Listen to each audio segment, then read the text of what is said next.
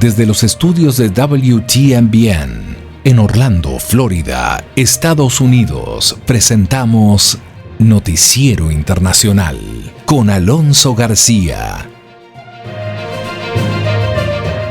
Es un gusto saludarle y traer los hechos más relevantes de Estados Unidos, América Latina y el mundo, iniciando el décimo mes de este año 2021. Bienvenidos al mes de octubre.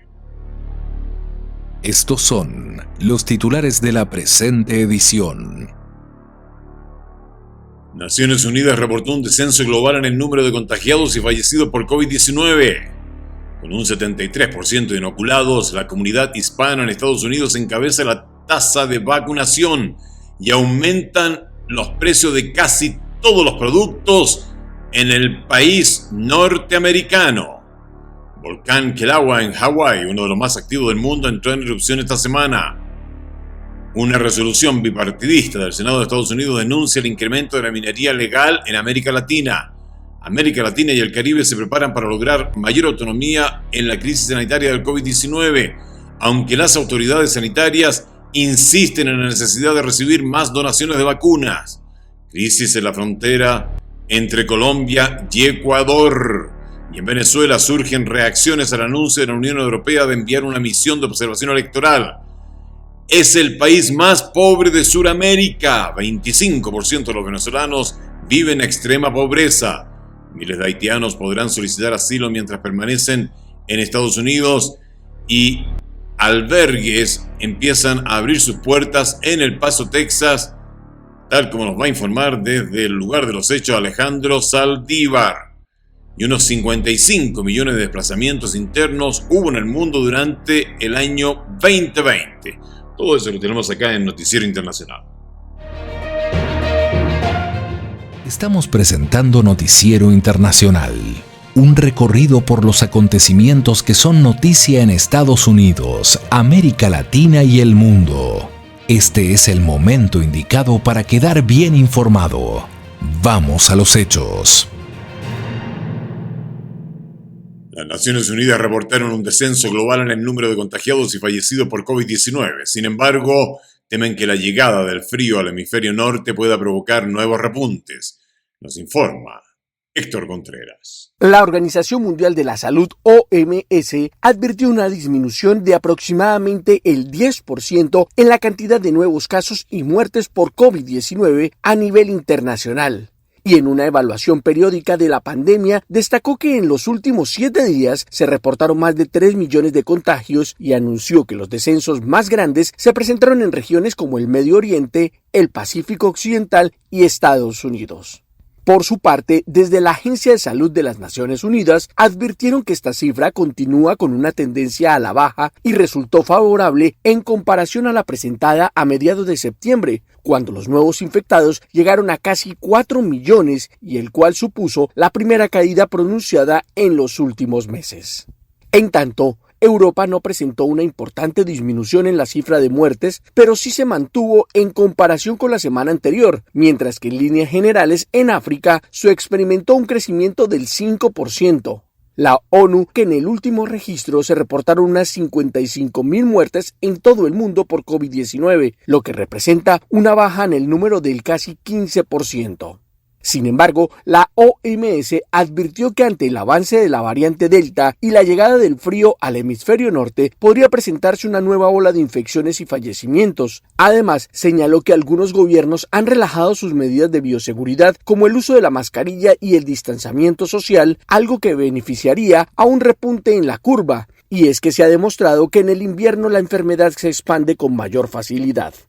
La lucha contra el coronavirus continúa en Estados Unidos a través de una campaña de vacunación que se amplía cada día más, mientras la comunidad hispana finalmente lidera el número de vacunados. Jacopo Luzzi tiene toda la historia. La campaña de vacunación en Estados Unidos sigue adelante con millones de personas que están recibiendo también la tercera dosis de refuerzo y la cifra total de vacunados alcanzó más de la mitad de la población en el país. Entre ellos los hispanos que, como revela la doctora Marcela Núñez Smith de la Comisión Presidencial Anti-COVID-19, dijo que un 73% de los hispanos se han vacunado, superando a afroestadounidenses y blancos. La cifra representa un incremento notable respecto al 57% de latinos que estaban vacunados en mayo. Había muchas razones para esta brecha, incluidas las barreras para el acceso a las vacunas, y algunos todavía tenían preocupaciones sobre la seguridad y la eficacia de la vacuna, y esas preocupaciones a menudo se basaban en información errónea. La desinformación en Internet sobre vacunas es tan abundante que la plataforma YouTube perteneciente a Google anunció un esfuerzo por eliminar todo el contenido que afirma falsamente que las vacunas aprobadas son peligrosas y que ya bloqueó las cuentas de varios destacados activistas antivacunas. Específicamente, se eliminará el contenido que alegue falsamente que las vacunas aprobadas son peligrosas y causan efectos crónicos en la salud, que afirme que las vacunas no reducen la transmisión o contracción de enfermedades o que contenga información errónea sobre las sustancias contenidas en las vacunas. En Estados Unidos, el número de hospitalizaciones estaría finalmente bajando, un dato que contrasta con la cifra de decesos que ahora resulta ser la más alta desde febrero. Esto cuando las autoridades señalaron que el ritmo de vacunaciones en el país alcanzó su nivel más bajo desde el comienzo del 2021. Aumentan los precios de casi todos los productos en Estados Unidos, desde pinturas hasta plásticos. La escasez de productos químicos impulsa los precios en Estados Unidos. Los detalles los tenemos con Leonardo Bonet en la nota económica del día. En una economía trastornada por el coronavirus, la escasez y el aumento de precios han afectado todo, desde la madera hasta los procesadores de computadora. Ni siquiera el papel higiénico se ha escapado. Ahora está menoscabando uno de los eslabones más humildes, pero más vitales de la cadena de suministros de fabricación global: los gránulos de plástico que entran en un vasto universo de productos que van desde bolsas de cereales hasta dispositivos médicos, el interior de vehículos y cascos de protección para el ciclismo. Al igual que otros fabricantes, las empresas petroquímicas se han visto sacudidas por la pandemia y por la forma en que los consumidores y las empresas respondieron a ella. Sin embargo, los productos petroquímicos que se fabrican a partir del petróleo también han enfrentado sus propios problemas, uno tras otro: una extraña helada invernal en Texas, un rayo en Luisiana y huracanes a lo largo de la costa del Golfo. Según la agencia AP, todos esos elementos han conspirado para interrumpir la producción y subir los precios. De hecho, el precio del cloruro de polivinilo, o PVC, utilizado para tuberías, dispositivos médicos, tarjetas de crédito, discos de vinilo y más, se ha disparado un 70%. El precio de las resinas epoxi, que se utilizan para revestimientos, adhesivos y pinturas, se ha disparado un 170%. El etileno, posiblemente el producto químico más importante del mundo, utilizado en todo, desde envases de alimentos hasta anticongelantes y poliéster, ha aumentado un 43%. La raíz del problema se ha vuelto familiar en los 18 meses transcurridos desde que la pandemia provocó una recesión breve pero brutal. Al tiempo que la economía entraba casi en la parálisis, los productores de petroquímicos, como los fabricantes de todo tipo, redujeron su producción, así que se vieron sorprendidos cuando sucedió lo inesperado. La economía se recuperó rápidamente y los consumidores, con dinero en efectivo de la ayuda de emergencia del gobierno y las reservas de ahorros, reanudaron el gasto con una velocidad y un vigor asombrosos. De repente las empresas se vieron luchando por adquirir materias primas y piezas para cumplir con los crecientes pedidos. Las compras de pánico empeoraron la escasez, ya que las empresas se apresuraron a abastecerse mientras podían. Y el volcán Kilauea en Hawái, uno de los más activos del mundo, entró en erupción esta semana, según reportaron oficiales del Servicio Geológico de Estados Unidos. La información con Héctor Contreras. El Servicio Geológico de Estados Unidos informó que el volcán Kilauea entró en erupción el miércoles, Él es considerado uno de los volcanes más activos del mundo y está ubicado en la isla grande de Hawái, y por ahora no estaría representando ningún riesgo para los habitantes de la zona. Las autoridades compartieron imágenes donde muestran fuentes de lava que cubren la superficie del cráter y altas nubes de gases volcánicos que son características propias de este tipo de fenómenos. Según los registros, la actividad se concentra en el cráter Halemaumau, cercano a la cima, un territorio que forma parte del Parque Nacional de los Volcanes en Hawái, y pese a que no compromete a viviendas o poblaciones cercanas, sí se emitió una alerta roja para el tráfico aéreo en la zona.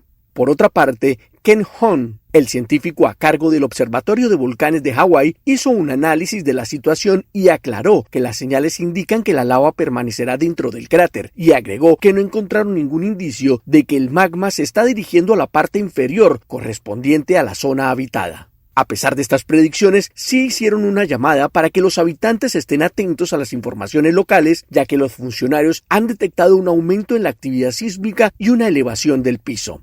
Esta misma región ya había presentado actividad en diciembre y en marzo de este año, y en el 2018 vivió una gran erupción que ocasionó que miles de personas fueran desplazadas y más de 700 viviendas quedaron arrasadas por la lava.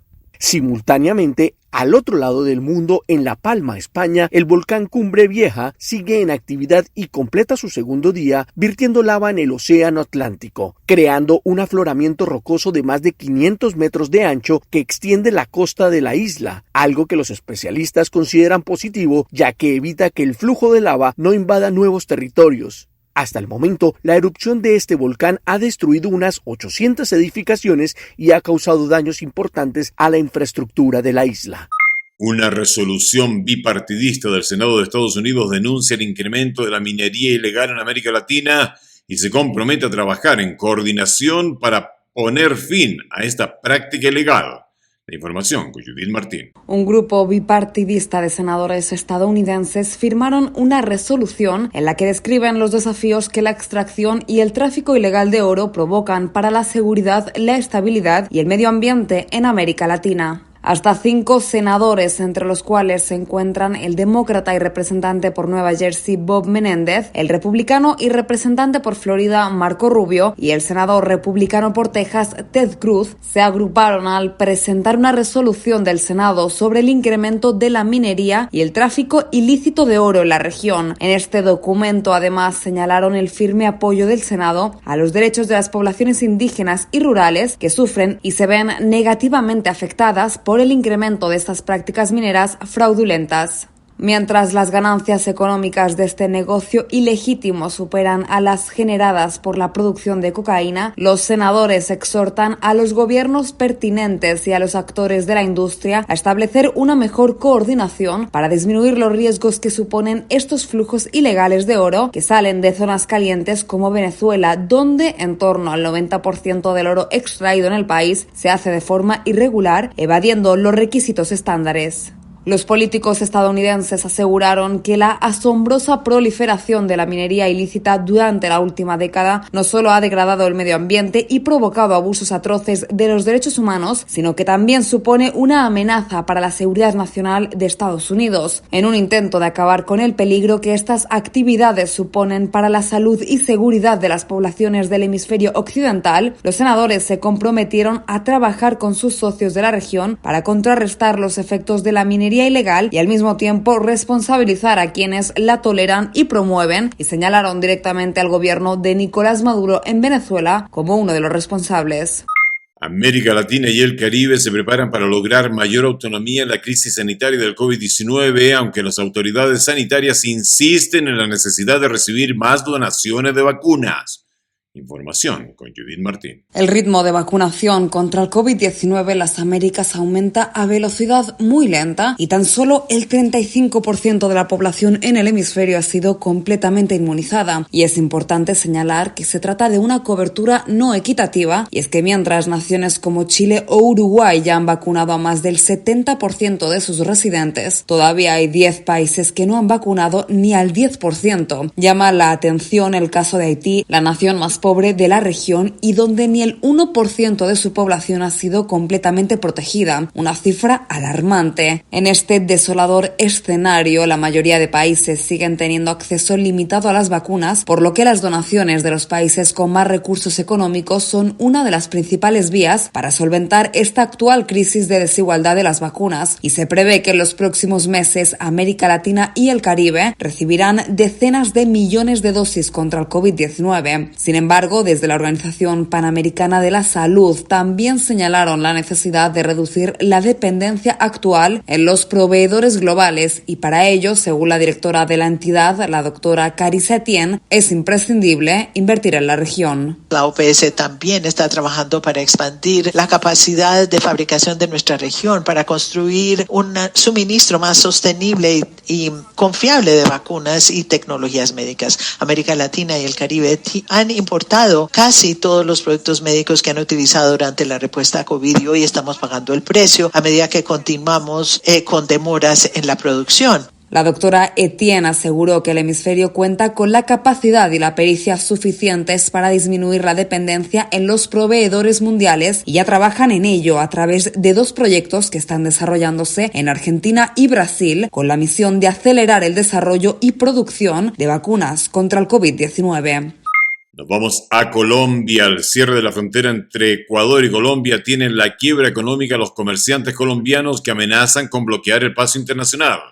Desde Colombia, información con Manuel Arias Naranjo. Pese a que desde mayo pasado Colombia reabrió sus fronteras terrestres, una grave crisis se presenta en la frontera con Ecuador, país que no retribuyó la medida bajo el argumento de la emergencia sanitaria generada por la pandemia. La frontera está abierta únicamente para el comercio a gran escala internacional, mientras que pequeños comerciantes del lado colombiano sufren las consecuencias por la falta de demanda ecuatoriana, en un mercado que antes de la pandemia movía diariamente miles de dólares, como lo afirma Jamie Termal, presidenta de la Cámara de Comercio del municipio fronterizo de Ipiales. Ellos venían a hacer compras diariamente a Ipiales, lo de la canasta familiar, ropa, zapatos, repuestos de los vehículos, y el hecho pues de que esté cerrada esta frontera ha perjudicado muchísimo al pequeño empresario. La gran diferencia en la tasa de cambio entre el dólar y el peso colombiano estimulaba las compras en Colombia. Sin embargo, el cierre de la frontera favoreció el comercio en el lado ecuatoriano, lo que, según Víctor Narváez, líder social de Tulcán en Ecuador, es la razón de fondo para que el gobierno ecuatoriano no acceda a reabrir el paso fronterizo. La política de Estado es la que está manteniendo cerrada la frontera. Los comerciantes, los mercados, los centros comerciales realmente hoy han vendido. La situación se agrava porque en la zona limítrofe hay cerca de 50 pasos ilegales, donde fluye contrabando, narcotráfico, migrantes y grupos criminales que lucran con el cierre fronterizo. Los comerciantes colombianos advirtieron que el próximo martes se tomarán el puente internacional de Rumichaca y bloquearán el paso del transporte de carga hasta que los gobiernos de los 2 países negocien soluciones de fondo a la crisis. Y precisamente la frontera entre Ecuador y Colombia se vive en situaciones bastante difíciles. Los pasos clandestinos en esta frontera son aprovechados por contrabandistas de todo tipo. Desde Quito informa Giselle Jacome. Ecuador y Colombia comparten una frontera de 175 kilómetros, donde hasta el momento se han detectado más de 100 pasos clandestinos. Por estos lugares circula de todo: mercancías que evaden impuestos, migrantes que pagan altas sumas para llegar desde Tulcán hasta Medellín, armas y drogas. El ejército y la policía de ambos países realizan patrullajes constantes. Una fuente del ejército que pidió el anonimato comenta: donde se decomisaron alrededor de media tonelada de clorhidrato de cocaína. Hace pocos días encontraron un cargamento de 30 explosivos de origen peruano que pretendían llegar hasta grupos irregulares que operan en Nariño y Putumayo, en Colombia. Diego Galindo, jefe de operaciones del ejército, detalla. Que ingresan por la frontera sur y en pequeñas cantidades van ingresando al lado colombiano. A esto se añade la crisis económica provocada por el COVID-19, que afecta a cientos de ciudadanos de las ciudades fronterizas de Tulcán e Ipiales, porque aunque Colombia ya habilitó su frontera, en Ecuador aún existen restricciones para el ingreso de mercancías, lo que es aprovechado por los contrabandistas. La gasolina y el gas son productos apetecidos al otro lado de la frontera, pues en Ecuador aún tienen subsidios. En la última reunión de vicepresidentes de Colombia, Marta Lucía Ramírez, y de Ecuador, Alfredo Borrero, se acordó que el país va a vacunar con dosis de CanSino a los habitantes de la frontera para reactivar de forma segura el intercambio comercial. Nos vamos a Venezuela, en donde surgen reacciones al anuncio de la Unión Europea de enviar una misión de observación electoral. Desde Caracas tenemos ya el contacto con Carolina Alcalde. La Unión Europea confirmó que desplegará una misión de observación electoral que empezará a llegar en octubre para observar los comicios regionales y municipales previstos para el 21 de noviembre. Varios dirigentes políticos que aspiran a un cargo de elección popular, como Andrés Schloeter, candidato opositor a la alcaldía del municipio Sucre en la capital venezolana, celebró el anuncio de la Unión Europea asegurando que los ojos del mundo estarán observando las elecciones y pidió aprovechar la oportunidad para, según dijo, construir el cambio en el país. A juicio de la dirigente política María Corina Machado, la decisión del bloque es un grave error que no ayuda a la lucha democrática del pueblo venezolano, sino a la permanencia en el poder del gobierno del presidente Nicolás Maduro. Poco antes, Juan Guaidó, considerado presidente interino por decenas de países, insistió en que actualmente en Venezuela no existen condiciones para celebrar el evento electoral. Pues todo lo que queremos los venezolanos es una elección presidencial, una elección libre y justa, donde podamos decidir, donde los partidos estén habilitados, donde los candidatos estén en pleno uso, y eso no tenemos hoy en Venezuela, y por eso hay que salir a luchar. Hoy eso no lo tenemos en Venezuela. Entonces no es un tema de apoyar sí o no, evidentemente lo que queremos todos es que la elección sea libre y justa, que no utilicen los recursos del Estado, que haya acceso a los medios de comunicación, que tengamos la posibilidad de movilizarnos. El Consejo Nacional Electoral anunció que suscribió un acuerdo administrativo sobre la misión de observación que, entre otras cosas, le garantiza la libertad de acceder a los espacios, actores y hechos relativos al voto. La Unión Europea no ha estado presente en Venezuela con una misión de observación electoral durante los últimos 15 años. Y a propósito de Venezuela, fíjese usted que la pobreza sigue creciendo. Los ingresos del país son limitados y las oportunidades de empleo son pocas y mal remuneradas. Esto de acuerdo con la encuesta de condiciones de vida elaborada por la Universidad Católica Andrés Bello de Caracas. Este es un país pobre. O sea, no es que la gente es pobre y el país es rico. No. Este es un país pobre. Y la única forma de que salga de su pobreza es que incremente sus niveles de ingresos, sus niveles de productividad. Las cifras de la encuesta de condiciones de vida dan cuenta de lo que los investigadores llaman un techo en los niveles de pobreza. 94% de la población en Venezuela es pobre y un 25% está en pobreza extrema, es decir, vive con menos de $2 al día. Por supuesto es el país más pobre de Sudamérica, sin lugar a dudas. Nuestros niveles de pobreza se asemejan a los países centroamericanos.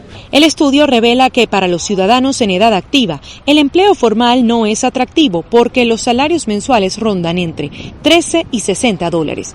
Por ello, 43% de los consultados dice que quisiera trabajar más horas. Esto es una sociedad que no brinda oportunidades, y dado que no brinda oportunidades, que la gente se va. Es la ausencia de oportunidades, es sentarse frente a la puerta de la casa a no hacer nada, y no es porque usted no quiera hacer nada, sino porque no hay dónde hacerlo. Precisamente la mitad de los venezolanos que emigra tiene entre 15 y 49 años, por lo que, advierten los investigadores, el país enfrenta un envejecimiento acelerado de su población. Además, los datos de la encuesta arrojan que la esperanza de vida de los nacidos entre 2015 y 2020 se redujo 3 años en comparación con generaciones anteriores. Miles de haitianos podrán solicitar asilo mientras permanecen en Estados Unidos. Este y otros temas más en la agenda del día. El líder de la mayoría en el Senado de Estados Unidos, Chuck Schumer, dijo el miércoles que los senadores llegaron a un acuerdo sobre una medida provisional de financiación del gobierno para evitar así un cierre y que extendería el financiamiento hasta el próximo 3 de diciembre. Los demócratas habían vinculado el financiamiento y el aumento del límite de la deuda y las habían incluido en un paquete legislativo de manera que una no podía aprobarse sin la otra. Sin embargo, el lunes por la noche los republicanos del Senado bloquearon ese paquete porque no quieren aumentar la deuda nacional, aunque han dicho que sí votarán a favor de extender la financiación del gobierno. Asimismo, Elizabeth McDonald, la encargada de interpretar el reglamento del Senado y que actúa como árbitro no partidista, determinó que los demócratas no pueden incluir su reforma migratoria en un plan social del monto de $3.5 billones que quieren aprobar en solitario a través de un mecanismo llamado reconciliación. McDonald consideró que los demócratas no han conseguido cumplir con una serie de requisitos para usar esa maniobra. Los demócratas habían propuesto regularizar a millones de indocumentados a través de un cambio en la conocida Ley de Registro de 1929 y que permitió acceder a la residencia permanente a los inmigrantes que pudieran probar que habían llegado a Estados Unidos antes de 1921. Por otra parte, miles de haitianos podrán quedarse en Estados Unidos mientras realizan trámites migratorios y algunos albergues en El Paso de Texas los están recibiendo. Los inmigrantes que son aceptados por las autoridades son puestos en libertad para su proceso migratorio. La Casa Blanca, por su parte, ha anunciado que mantiene contacto con la diplomacia haitiana al respecto. Y a propósito de la situación de los haitianos en Estados Unidos, miles de ellos podrán quedarse en el país mientras realizan sus trámites migratorios. Albergues en El Paso, Texas, los están recibiendo. La información ampliada con Alejandro Saldívar. Durante los últimos 4 días, este refugio ubicado en la ciudad fronteriza de El Paso, Texas, ha recibido a más de 1,200 migrantes.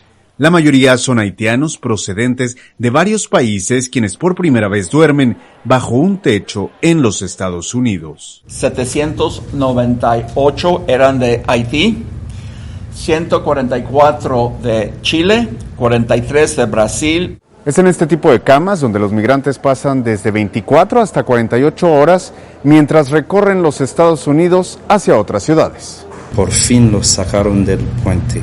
Y gracias a ellos que por fin estamos aquí, en esa casa.